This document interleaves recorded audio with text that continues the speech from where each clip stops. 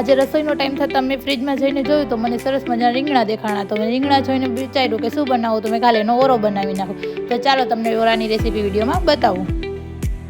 Hello, જય શ્રી કૃષ્ણ. આજના વિડીયોમાં તમારા બધાનું સ્વાગત છે. કેમ છો બધા? મજામાં ને? તો આજે હું બનાવીશ રીંગણાનો ઓરો અને રોટલા. તો ચાલો હું તમને તેની રેસીપી બતાવું. સૌથી પહેલાં રીંગણાને બાફવા માટે એમાં તેલ લગાવી અને ચાકુથી ચેકા પાડી અને પછી એને બાફવા મૂકી દીધા. રીંગણા બફાઈ ગયા તો મેં કીધું ચાલ બધું શાકભાજી સુધારી લઉં.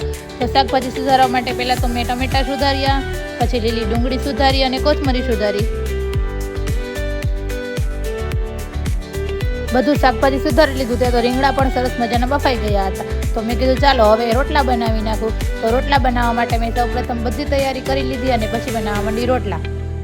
મોસ્ટ ઓફ રોટલા બનાવતા કોકને જ આવડતા હોય છે, પણ મને તો આવડે જ છે. શિયાળામાં રોટલા ખાવાની મજા જ કંઈક અલગ આવે છે. રોટલા બપોરે અને સાંજે 2 ટાઈમ રોટલા આપે તો પણ રોટલા શિયાળામાં વધારે ભાવે છે.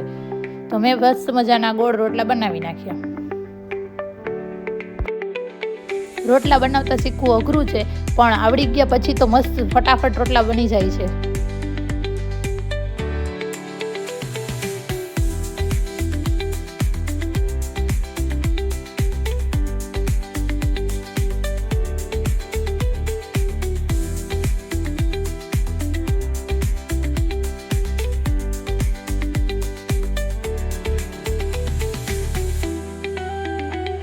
આટલી બધી મહેનત પછી મારા રોટલા બનીને થઈ ગયા હતા રેડી. પછી મેં ઓરો વઘારવાની તૈયારી કરી. ઓરો બનાવવા માટે સૌથી પહેલાં તપેલામાં તેલ મૂક્યું અને બધા મસાલા તૈયાર કરી લીધા.